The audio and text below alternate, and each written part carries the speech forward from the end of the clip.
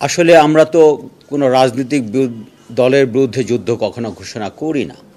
আমরা যেটি করি, আমরা যুদ্ধ ঘোষণা করি দুর্বৃত্তের বিরুদ্ধে, আমরা যুদ্ধ ঘোষণা করি সন্ত্রাসীর বিরুদ্ধে। আমরা যারা সন্ত্রাসীভাবে ডিক্লেয়ার দেয় জনগণকে ঘুমাতে দেবে না, ওরা যদি মরতে পারে আমরা কেন মরতে পারবো না, তারা যখন হুমকি দেয়, তারা মৃত্যুর হুমকি দেয়, জনগণকে না ঘুমানোর হুমকি দেয়, আমরা তাদের বিরুদ্ধেই আমরা অভিযান চালাতে চাই। আমরা কোনো দলের বিরুদ্ধে অভিযান চালাতে চাই না। আমরা যারা জনগণকে অশান্ত করতে চায়, দেশের পরিস্থিতিকে অশান্ত করতে চায়, তাদেরকে অ্যারেস্ট করতে চাই। হ্যাঁ, আমরা সরাসরি যারা জড়িত তাদের মধ্যে 11 জনের মতো গ্রেপ্তার করতে পেরেছি। আমরা এ পর্যন্ত 82 জন গ্রেপ্তার করেছি এবং আমরা আশা করছি তাদেরকে প্রত্যেককে আইনের আওতায় আনবো এবং যারাই জনগণকে অশান্ত করবে, যারা জনগণের বিরুদ্ধে দাঁড়াবে, যারা জনগণকে ঘুমাতে দিবে না বলে ডিক্লেয়ার দিবে, তাদেরকে আমরা আইনে নিয়ে আসব। এটি তো পরিষ্কার, যারা আপনাদের জনগণকে হুমকি দেয় আমরাও জীবন দিব, তারা জীবন দিতে পারলে আমরা কেন জীবন দিব না। যারা হুমকি দেয় আমরা জনগণকে ঘুমাতে দিব না, যারা হুমকি দেয় আমরা দেশকে শান্ত থাকতে দিব না, এটি তো বুঝেই যায় কারা এটি করছে।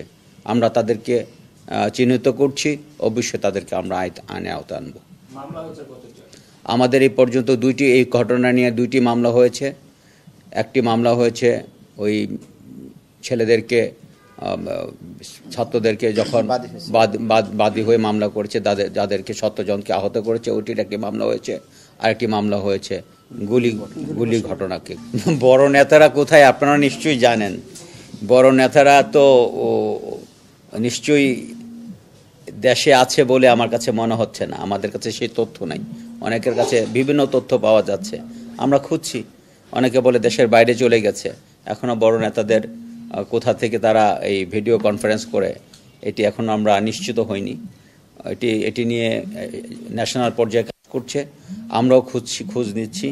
আমরা অবশ্যই যদি অবস্থান জানতে পারতাম আমরা ধরে নিয়ে আসতাম।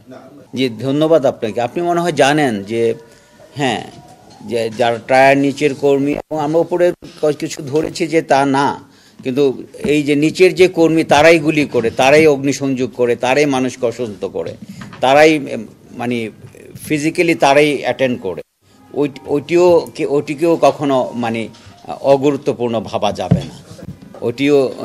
ওরাও যেহেতু তারাই নিজে হাতে কাজগুলো করে, ফিজিক্যালি তারাই কাজ করে, বিশৃঙ্খলার সাথে জড়িত, তাদেরকে গ্রেপ্তার করাও কিন্তু একটি গুরুত্বপূর্ণ অংশ। অবশ্যই আমরা নেতাদেরকে আমরা গ্রেপ্তার করার জন্য পদক্ষেপ নিচ্ছি। ঢালাইয়ের সেরা প্রিমিয়ার সিমেন্ট।